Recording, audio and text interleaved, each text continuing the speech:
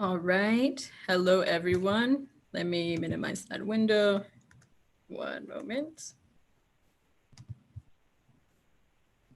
So welcome to our sixth general meeting. So today we have AT&T, and I'll start off with a couple of announcements first.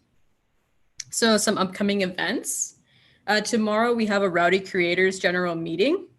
You can check the Slack to see the time for that, the specific time. And next week, the 27th, we have an underclass meeting. So ACM will be providing, I think, some tips on preparing for the next semester.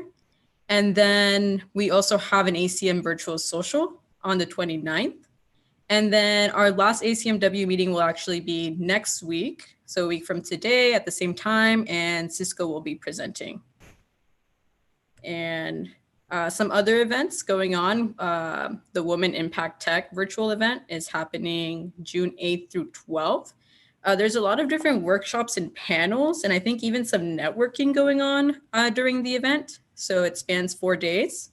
There's the link for that, and I also posted that under the opportunities or channel on Slack. I need to check on that again, but I'll make sure to post that somewhere where everyone can see it. And apart from that, I'll hand it over to Chas from AT&T. Hey, good morning, everyone. My name is Chaz Palasak, and I'm with AT&T. Let me see, I'm trying to make sure that, there you go. Yeah, so thank you for having me here. Really critical time for us and you as well. I hope everyone is staying safe. And at the same time, hope that everyone is, kind of back to the normal, right? I mean, I know we talk a lot about how the norm is, this is our new norm. But at the same time, really wonderful to be able to connect here. So today, really going to cover just a few things. I've got a few of my colleagues with me as well. So Bridget Henry is one of our associate directors in our technology. And then Laura Flory as well is another associate director for our technology development program. So today, as I'm trying to, let me see here. Let me share my screen for you. So really, we're going to present today on a few topics. Let's see here.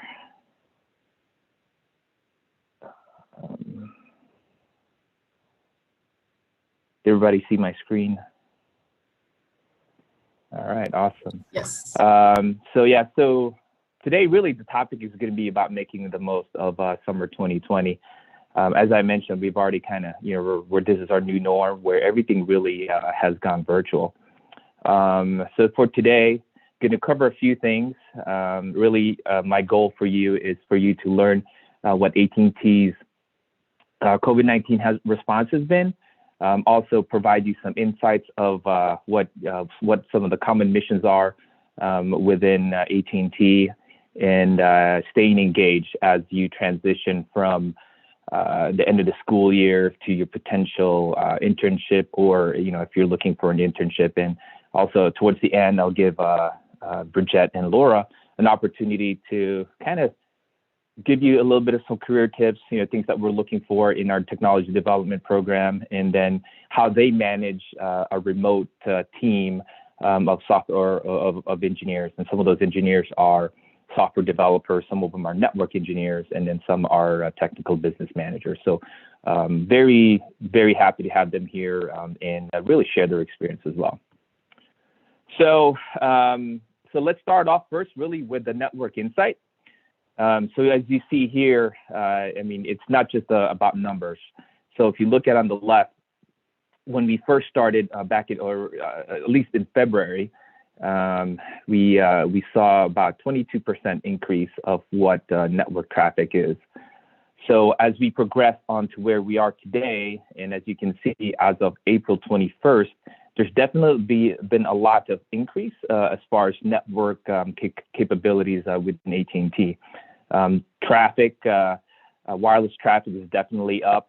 Obviously, I believe most of us are working from home or somewhere, right, where you have Wi-Fi, and you're definitely utilizing whatever wireless connection that you have in order to even be here today. So again, this is just a little bit of a graphic of what that looks like from a network side. One thing that I read this morning is that actually I read it a couple of days ago, but we have network engineers really that monitor. Are you able to answer questions from here, or is it just I should ask that in the beginning? How can we interact with the students, or is there like a poll question? We have the YouTube stream has a chat section, so Okay. if people have questions, they can pop it up there, and I'll be watching that. I can relay them to you. Gotcha. Yeah. So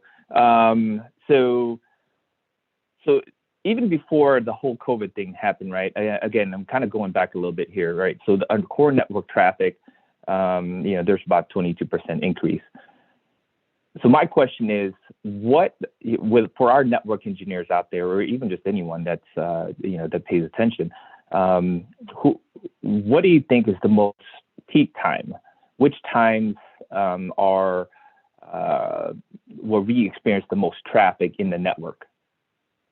Do you think it's morning, like the early morning commute, maybe midday, or evening commute?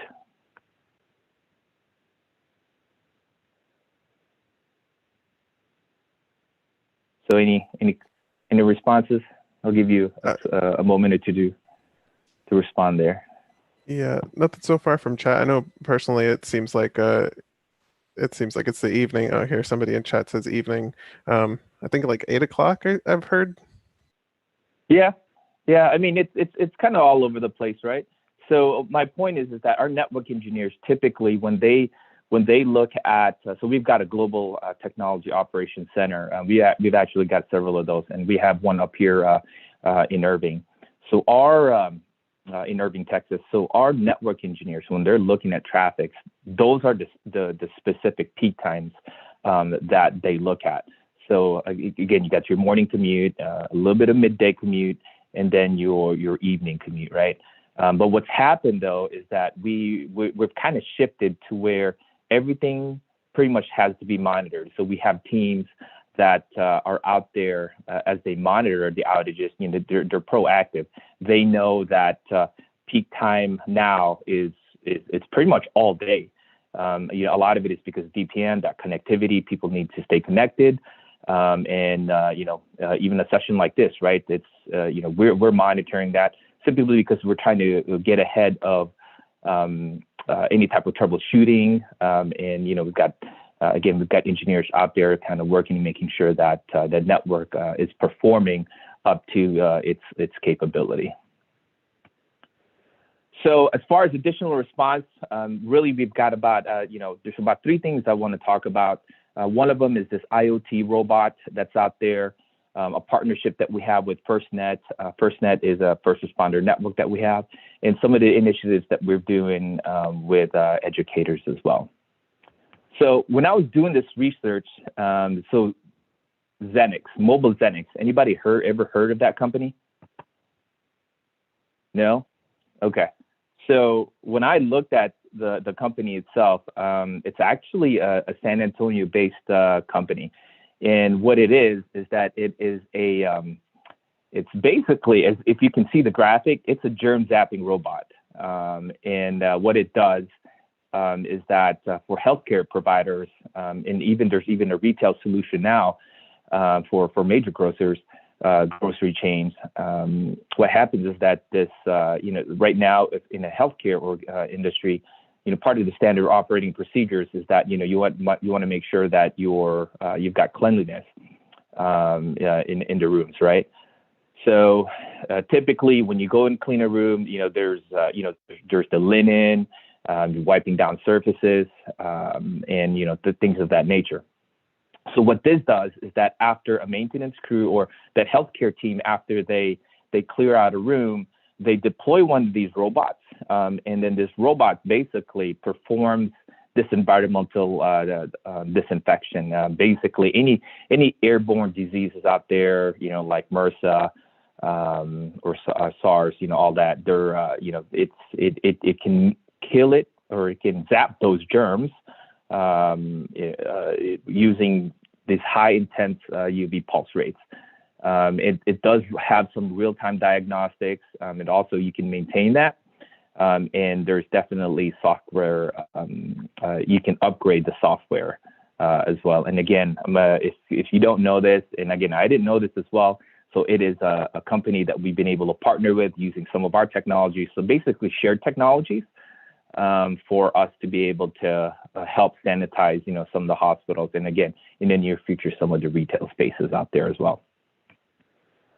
So FirstNet is a first responder network that we have. It's really dedicated for them, right? And the main case use when we first came out with this network is being able to provide priority communications for our EMTs, our paramedics, and our firefighters. And with COVID-19, those things kind of changed. That business plan, what it originally came out as, has essentially evolved to a little bit more of a proactive response for us. So as you can see here on the graphic on the left side, that is a mobile cow. Basically, it's a wireless network deployed in in an area to help support communications. Again, in the event that something happens, like a natural disaster, even something like this right now, our public safety is definitely at the forefront of what we're doing.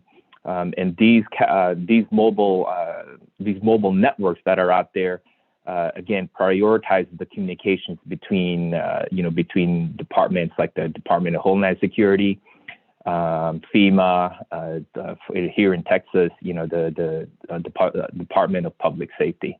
So very nice case use here. On the right side, top right side, you see the USS Mercy. One of the ways that we were able to deploy our FirstNet system is as soon as the USS Mercy and the USS Comfort docked to their respective cities. So one of them was sent to New York, the other one was sent to LA. We were able to instantly provide communications for our setup communications and be able to secure it in our network. And one thing about FirstNet is that it does have 5G capability, definitely upgradable as well. And as you can see, the bottom two graphics really are about the first responders in the healthcare, making sure that we have that type of communications set up for our frontline employees. So I'm gonna pause right there real quick. Anybody have questions about FirstNet and some of the network capabilities? So I have a quick question. And are you all using FirstNet like currently during this pandemic by any chance? So that is an excellent question. There are certain employees that are on FirstNet. I know personally, both on my work phone and my personal devices, I do not have a FirstNet capable FirstNet SIM card. So my devices are FirstNet capable, except I don't have a SIM card that can do that. So there's, from my understanding, is that you have to gain approval.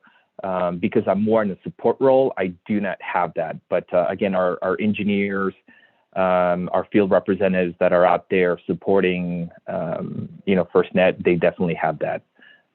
They have that service.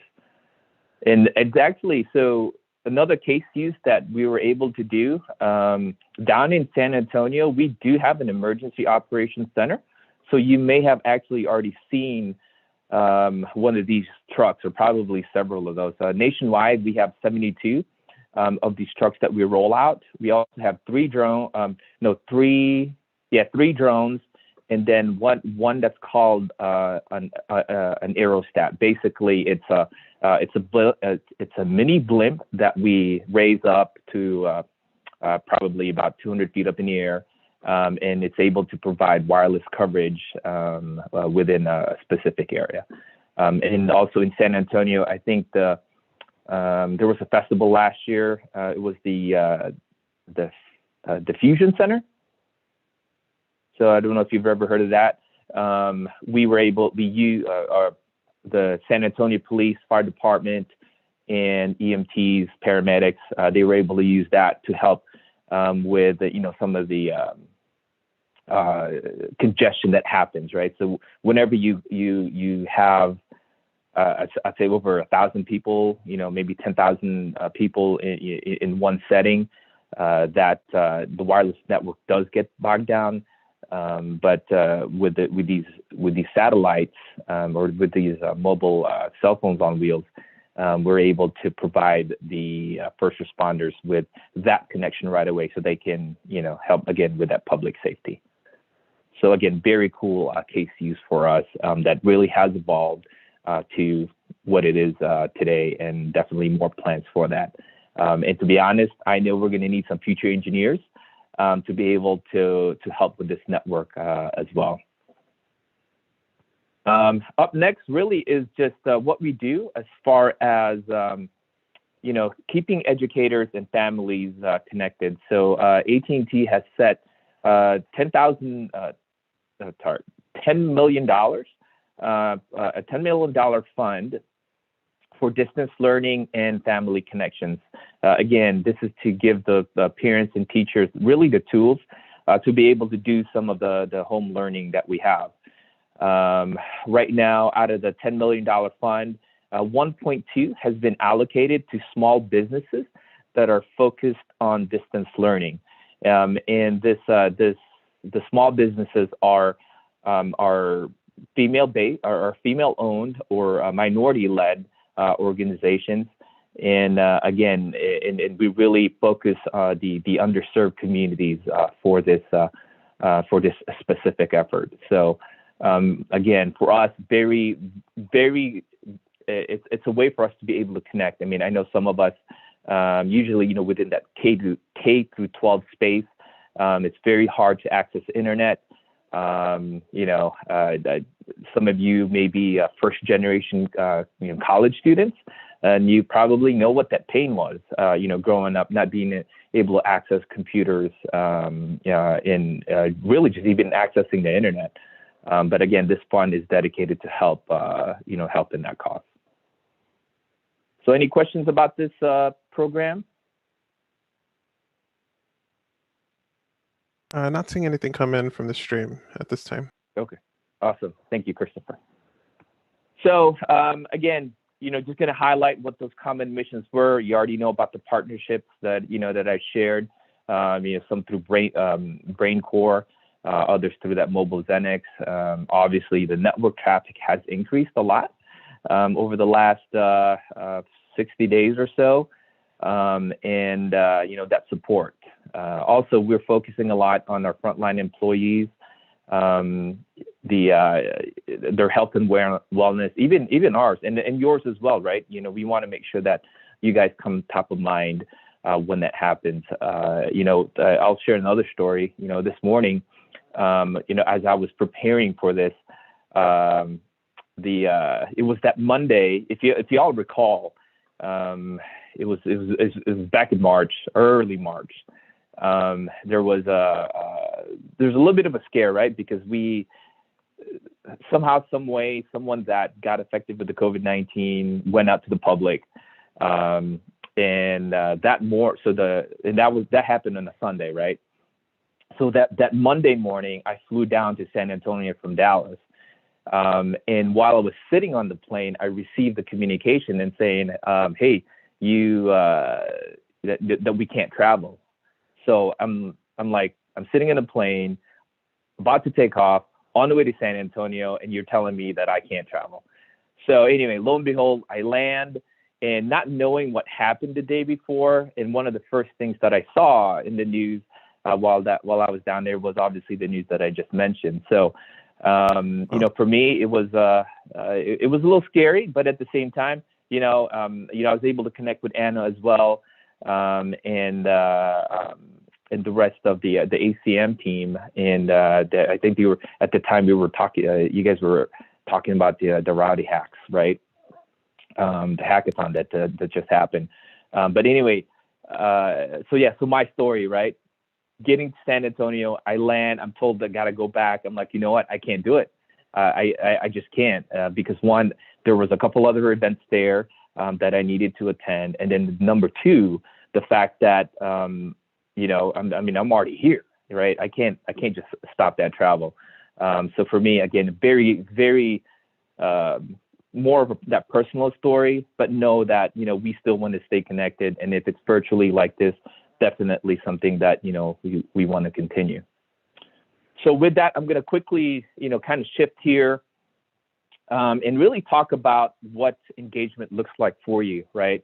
As a campus recruiter for AT&T, I will tell you that we're already planning for potentially the school for you guys not being on campus in the fall. I've talked to other schools, that might be the plan, going forward. I don't know what UTSA's plan is as far as the fall goes. But it's business as usual. We want to be able to come on campus and visit with you as well. But at the same time, if that doesn't happen, everything's going to be through this virtual platform. So as the school year wraps up, and as some of you might be going to, might have internships already lined up. We know that, at least with AT&T, we've hired a lot of, we're full as far as hiring is concerned for the rest of 2020. But, we want you to go back there, whether it's full-time or internship, really just make sure that you're confident in your skills. A lot of that, comes to the fact, just based on where your school, the student groups that you have right now, you definitely have built those skill sets, throughout the time. And as you transition, make sure that if you're a coder, that you're proficient in the C++, Java, Python, any other languages out there. At the same time, know who your team is. So being part of this ACM group is definitely helps, I would say, your brand, because one, your student group is it's great. They allow you that opportunity to connect to companies, right? So we're presenting here today. Next week, I think Cisco, right, is presenting to you, right? So again, stay with the team. Know who your career services are, because they will be essentially a gateway for you to be able to be connected to these opportunities. Be prepared, be flexible. For me, I want you to step out of the unknown. I know there's a little bit of some uncertainty kind of happening now, but the reality is, you can still be marketable. You still have the skill sets. You still have to be able to engage. And if there's something else, a skill set that you want to improve on, go take those classes, wherever they may be. So personally speaking, I'm taking a data analytics class to help me improve, with my skill sets. Because eventually the next role that I'll be taking is, probably will not be in the recruiting capacity, but somewhere that deals with some data and analytics that goes with it. Virtual relationship. So Anna, I love the fact that you guys are going to have that virtual social next week, right? It's a great way for you to get connected. I know. So my peers, I haven't seen my peers in over 2 months. Yet we see each other every day through video chat, or at least talk to each other every day. Again, we know what that reality is like. And it is a challenge because we do have teammates that are both in the East and the West Coast. And, here being in Central, different time zones, we have a way to stay connected. As a matter of fact, tomorrow we have a virtual workout. Again, it's a way for us to stay engaged and continue those relationships. And finally, please do not pause your job search, right? For some of the underclassmen out there, be marketable, challenge yourself, and make sure that you're connected and that you have that plan to find that right company. All right. So with that, I'm going to go ahead and bring Laura and Bridget, and give you an opportunity to ask them some questions about their teams, how they're managing their current program participants, and how they stay engaged throughout this time.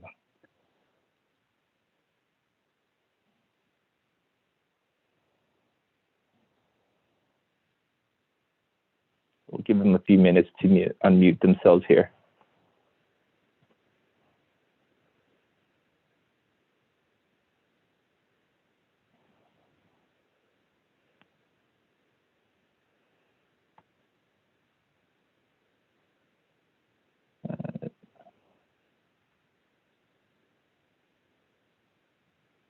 Hey, Anna, are you able to unmute Laura? Oh, there you go. Yes. Hey. Hello? Hey. Hi. Hey, Laura, how are you? All right, so I have to admit, this is my first Zoom ever. I know, crazy, right? Given that everybody's Zooming all the time, how can this be my first Zoom ever? Well, I am on WebEx video all the time, and I have like no additional time for Zoom. Can you guys see me? I turned my camera on. Yes, We can't see you, oh, but we can hear you. How about now?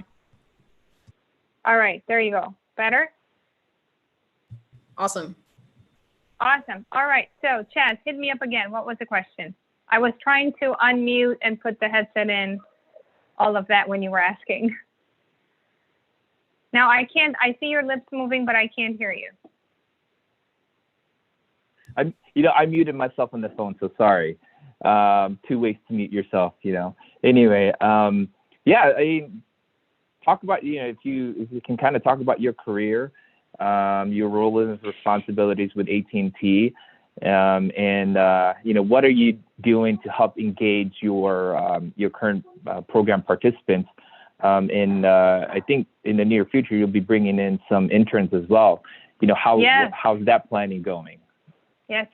So I have been with AT&T for about 18 years now, and I actually started in a completely different city and a completely different job, and I started on the front line as a sales associate. So when you guys go into the stores to buy phones or whatnot, internet, I was one of the people that were helping customers.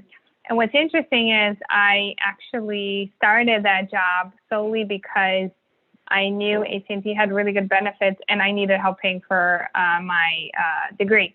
And so I was working in the store, and in parallel, I went to school for a finance degree. And so my dream had always been to work in a bank.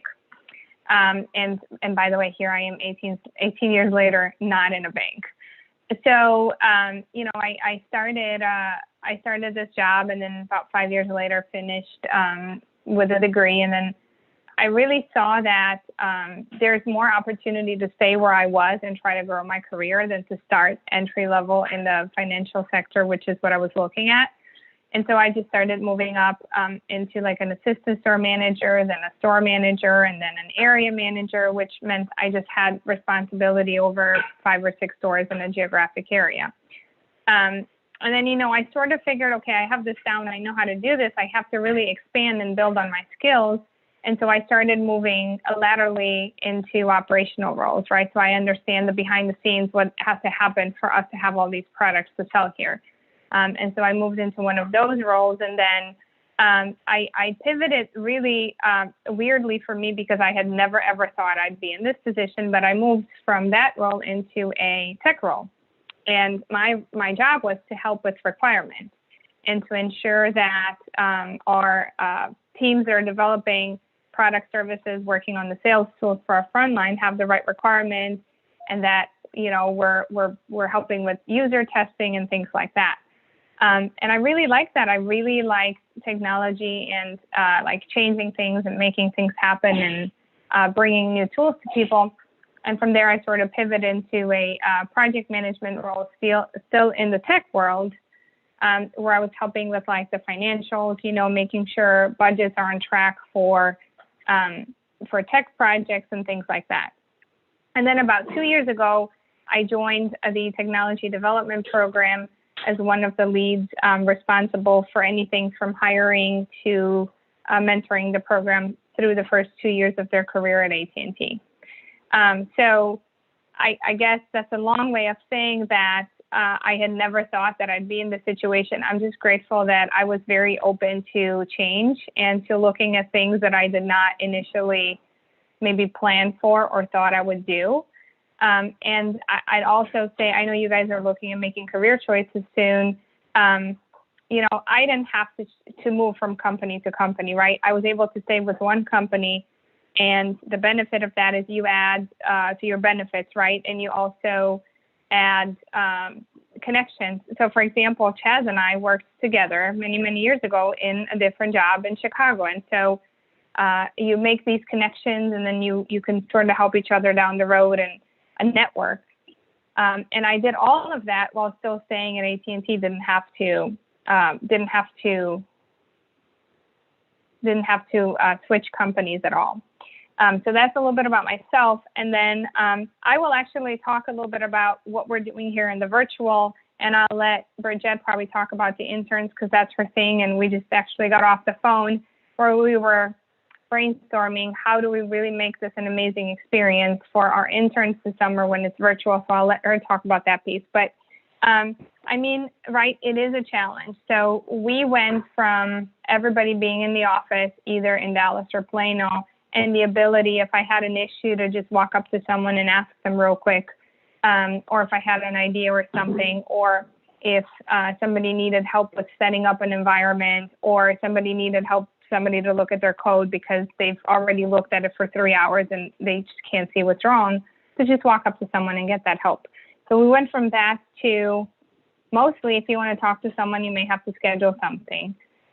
You'll have to ping them, right? So you're going to have to probably use some written method to try to get a hold of someone and then pick up the phone, and then utilize, right, some sort of tool to share your screen if that's what we're looking at. So definitely more complicated, may require more planning in advance, and may also mean that when you have an issue, it takes longer for you to clear that roadblock.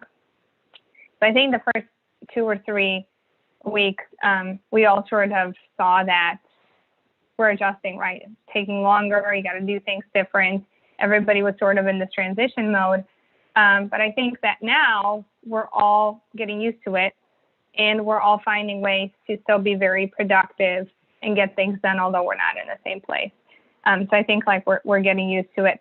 And since we're adjusting, right? So we went into this thinking, okay, this is going to be a week or two. We'll just get through it and we'll do everything we wanted to do in person beginning of May, right? Well, that wasn't really the case. So now we're starting to think, what are the things that we can still do virtual and how do we adjust to those, right? So instead of, let's say, having team activities or team building events, right? We used to do like escape rooms. We can't do that anymore. So we did a baking session. So the last week we had one of the ladies on my team. She led it. Everybody made cookies. Some people's cookies were edible, some not so much. Some looked like meatballs, but I mean, it was a lot of fun. One person made chicken wings while we made cookies, but still, I think we were all together. We just started talking about maybe random things. You know, people got to share some stories, and so it was still a way to bond, although we weren't together. And believe it or not, I have not come up with these ideas, and so I have asked folks on my team to come up with like fun ways that they would like for us to spend some time together, and they did. So I think there's a lot of value in just letting people are creative. It's just giving them that avenue where they can showcase that. And they came up with a whole bunch of different ideas. We're having virtual coffee or tea next week, and so we'll just be able to spend some time while we're enjoying some coffee or tea. So we're definitely trying to replace these with different things. We use a camera a lot in our meetings. I feel it seems like a better conversation if you can see the other person than just if you're over the phone. For example, you know, I can see people nodding when they agree. I can see their faces when they have no idea what I'm saying. And so that gives me a clue that, okay, this day that they don't get it. I need to say it differently, right? And I just think it does help us stay a bit more engaged. So we're not 100% where we've learned or know exactly, right, how to do things. But I'm extremely proud at how fast we've sort of pivoted to this and how fast we've learned that we need to do things differently. Yeah, thank you for that, Laura. So Bridget?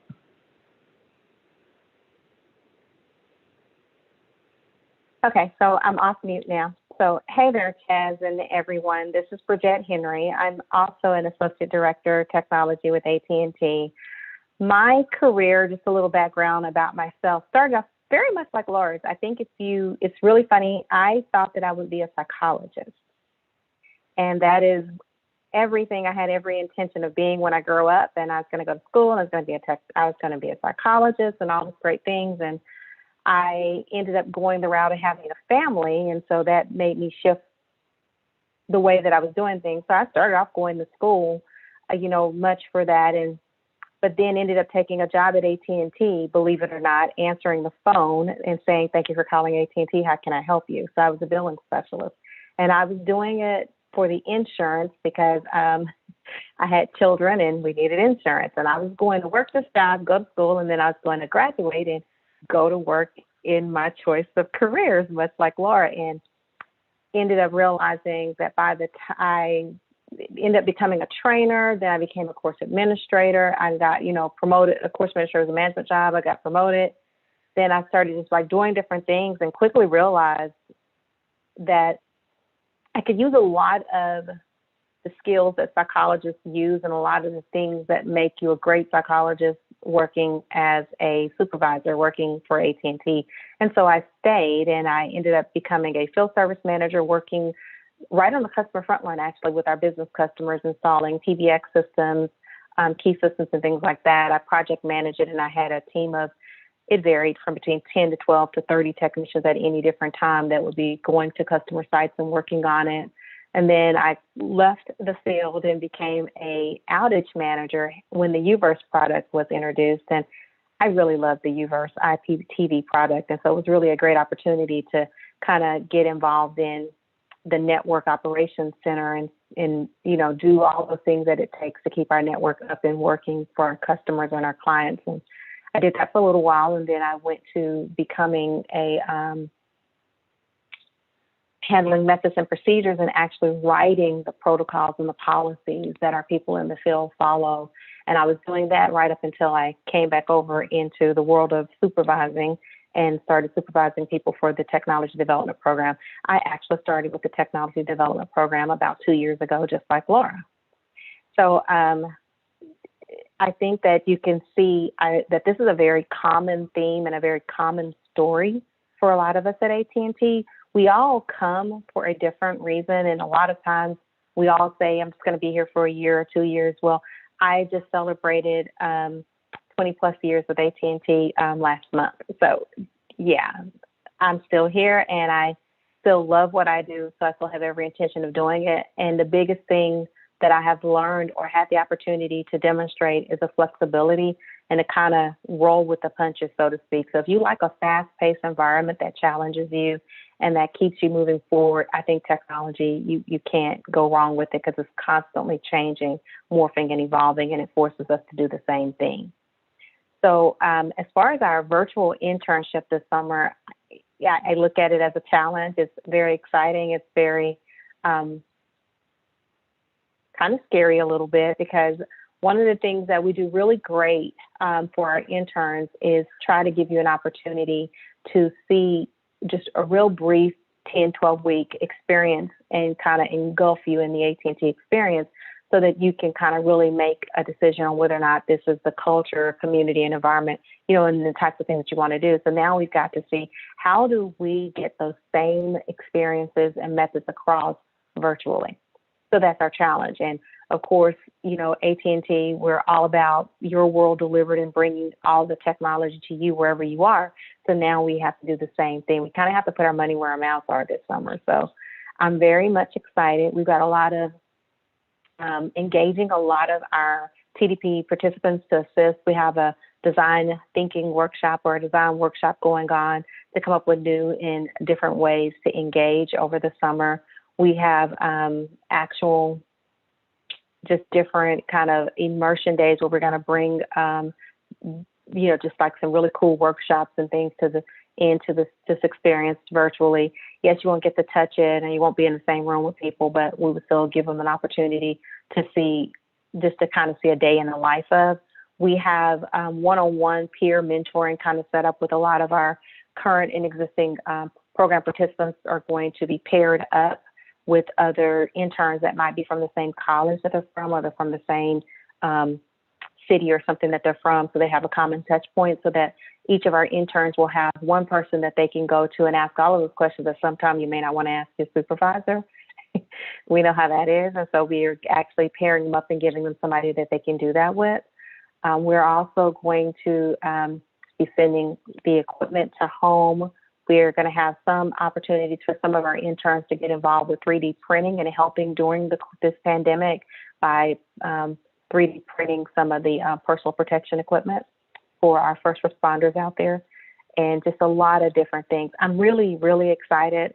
I got talked off the ledge today, Chaz, because I was going to try to virtually arrange for lunch to be delivered to all of my interns on the same day at the same time. They talked me down, but across 40 states. She forgot to say across 40 states. Yes, hey Chaz, I was up for the challenge and I was really excited about making it happen. They talked me down.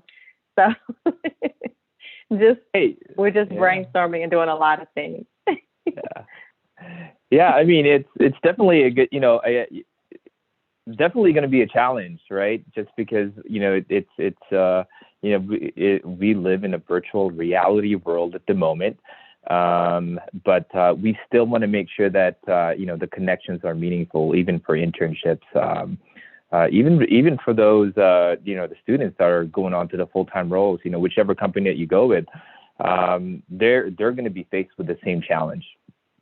Because a lot of it is with that immersion, and we definitely encourage you to be proactive with your own personal development, know how to manage your projects, be timely, at the same time, create a schedule for yourself throughout the week.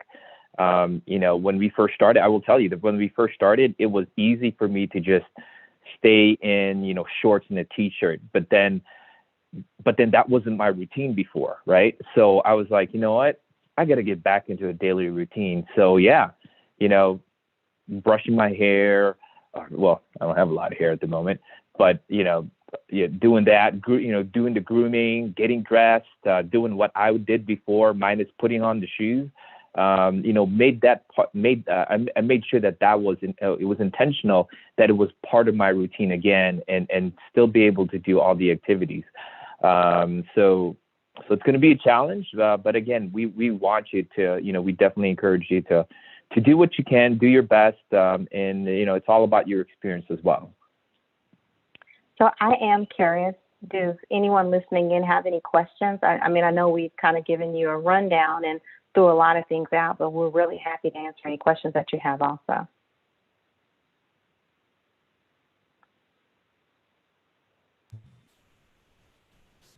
So from what I can see, we don't have any questions yet through the YouTube chat, but I did want to say that I really like the idea of the baking session, the virtual baking session. That sounds really fun.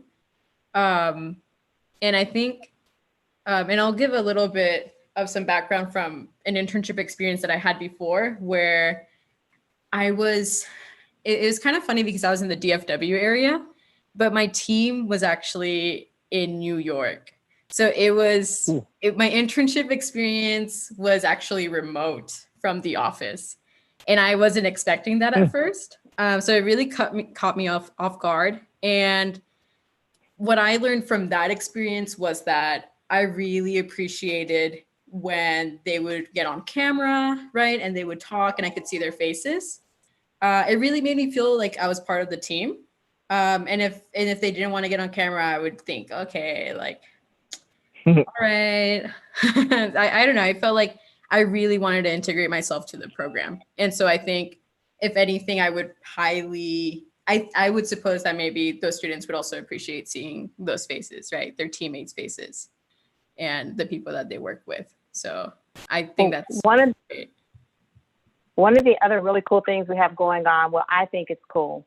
We're going to be doing what we're calling a wilderness walk, but it's just like we're going to walk during one of our meetings and allow like different other TDPs to kind of come in and ask us questions during this time while we're all kind of out in our individual neighborhoods, but on the phone together walking. I think that that's a really cool thing. We've got a couple of fitness workout sessions that are happening that I will admit that I don't take advantage of, but I will do the walk. I'm just Go ahead. I'm just not ready to have my camera turned on in downward facing dog or some other crazy position. I'm just not ready for that. But I can get behind the walk. You know, I can do that one. Yeah, that wilderness walk. Man, I'm asking for an invite for that. Love to be involved with that too, because it's I'm sure we all need to have that scenery, right? You know, outside of our in apartments, homes, or condos, wherever you are. So yeah, so I'm really excited about it. Laura, I pitched the idea of that to Sophia, and I'm so happy that she took it and ran with it. So I'm really excited about it. So I literally ran with it. Nice. I love it. So that I think that's the thing that makes the program very energizing and exciting for us, is just seeing all the different ways and all the different ideas that our participants, our interns come up with. I just really love it. It keeps you engaged. So it's really great. So looking forward to when we can get, back into the office with some face-to-face. But in the meantime, I love this challenge of what can we do in the virtual environment to stay engaged. Yeah, of course. I actually have a friend who at their workplace, they're doing like weekly like music submissions. So they'll have everyone submit like a song, and then they'll choose like a song of the week, and everyone will vote on that. So I think that's cool too, because apart from work, it's also nice being able to find maybe team members who might enjoy the same type of music as you, right? Like that relationship building aspect of it. So that's different. There's some cool ideas out there.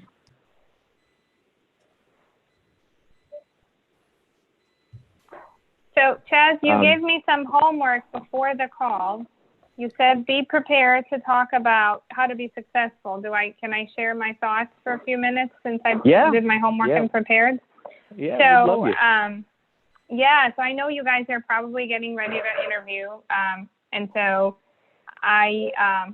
from what I've seen, folks are really good at listing the projects that they've worked on in previous internships on resumes. And that's great, because it shows, right, how you've interacted with others in the workplace, how you've brought solutions using technology in your work to the real world.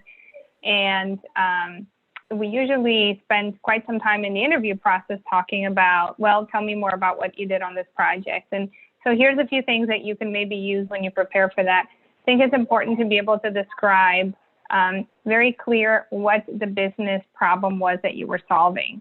So a lot of folks focus on the tech that they use, right? Maybe how they did so many user stories compared to what they were asked and all of this.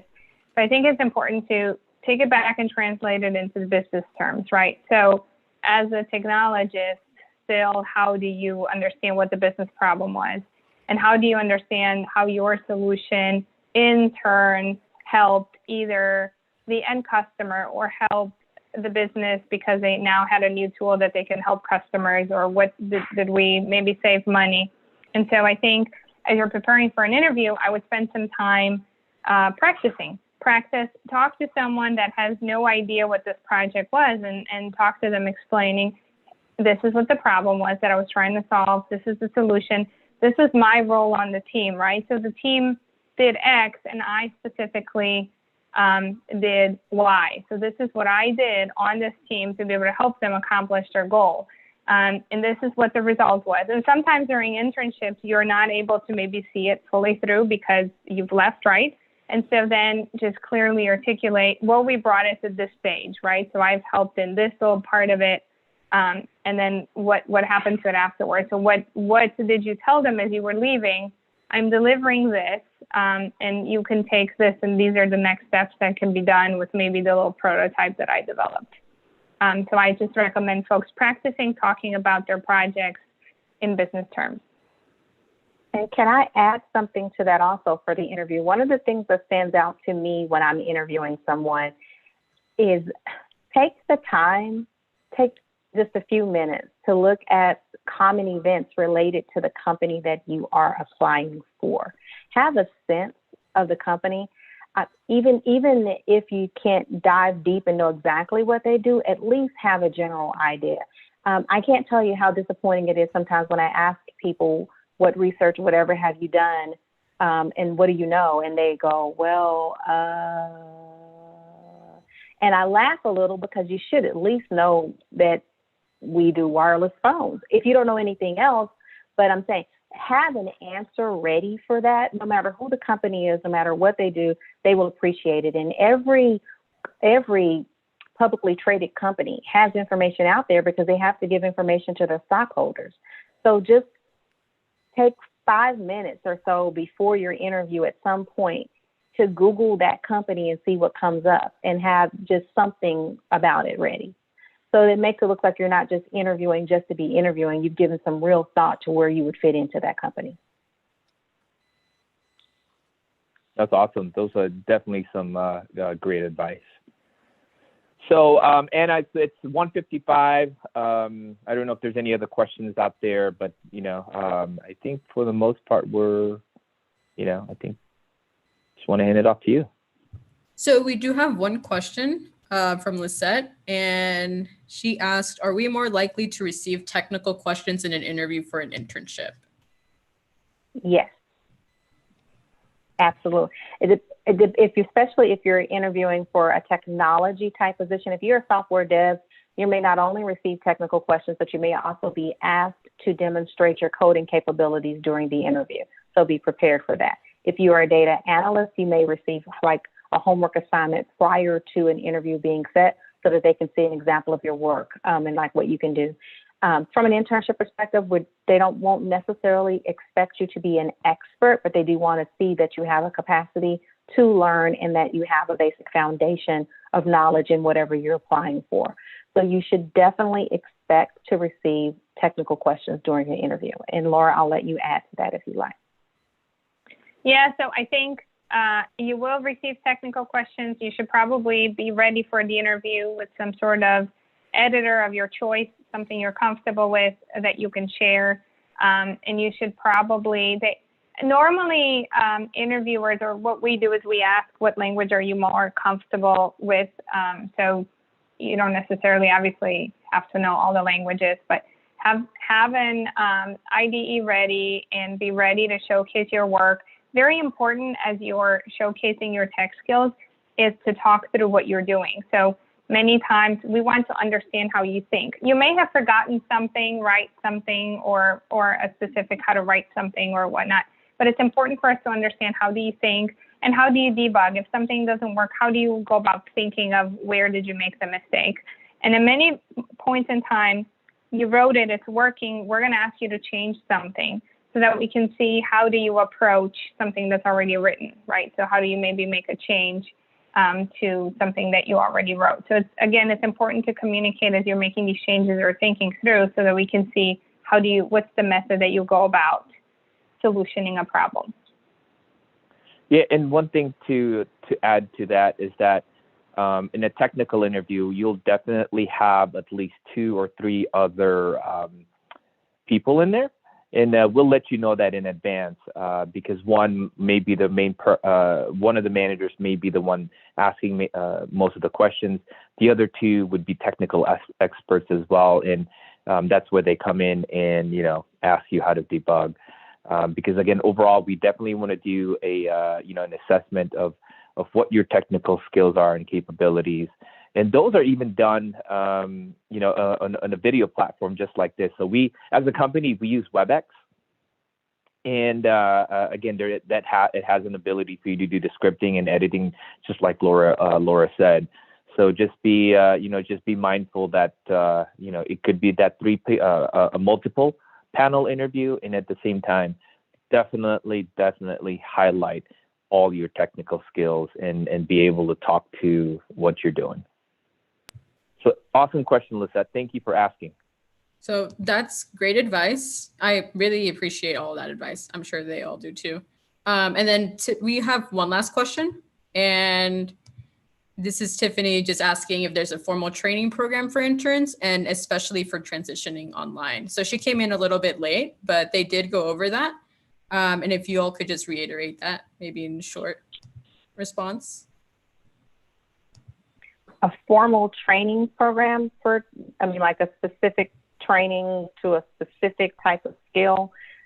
Since we hire a variety of roles and we have a variety of skills, we do have an actual internship that's 10 to 12 weeks. Everyone will improve their skills or work on different things. It's kind of based on the actual assignment that they get. All of our work from an intern perspective is real world. We have no mock assignments. So as far as having like a set program where you're going to come in every day and everybody's going to do this and everybody's going to learn this by the end of the internship, no. As far as coming in and getting an opportunity to work alongside real world professionals on an actual product or program that you will leave behind that will truly be used once you leave, yes, absolutely. And we always have mentors and individuals on hand to help address or answer any problems that you run into. But we don't have a set where like every intern is going to experience this type of program, because we have software engineers, we have data analysts, we have network engineers, and we also have technical business managers. And each of them are going to have a path or a set of skills and a set of needs that are different. So no, we don't have a set. It's not like college or school where you work on a senior project or something and everything is set for you. No, this is real world. They're going to throw an actual business problem at you and expect for you to work through resolving it and be able to and tell us what you resolved at the end. We're literally looking for you to give us insight into how would you perform this job if this was your job every single day.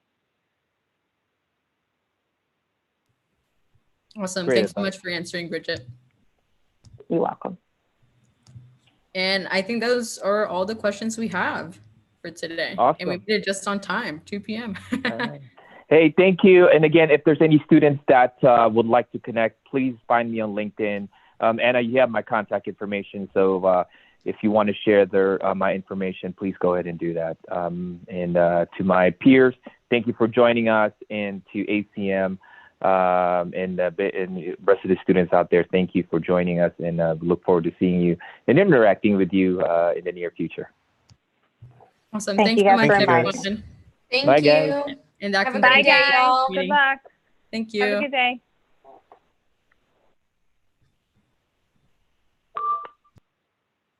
Wow.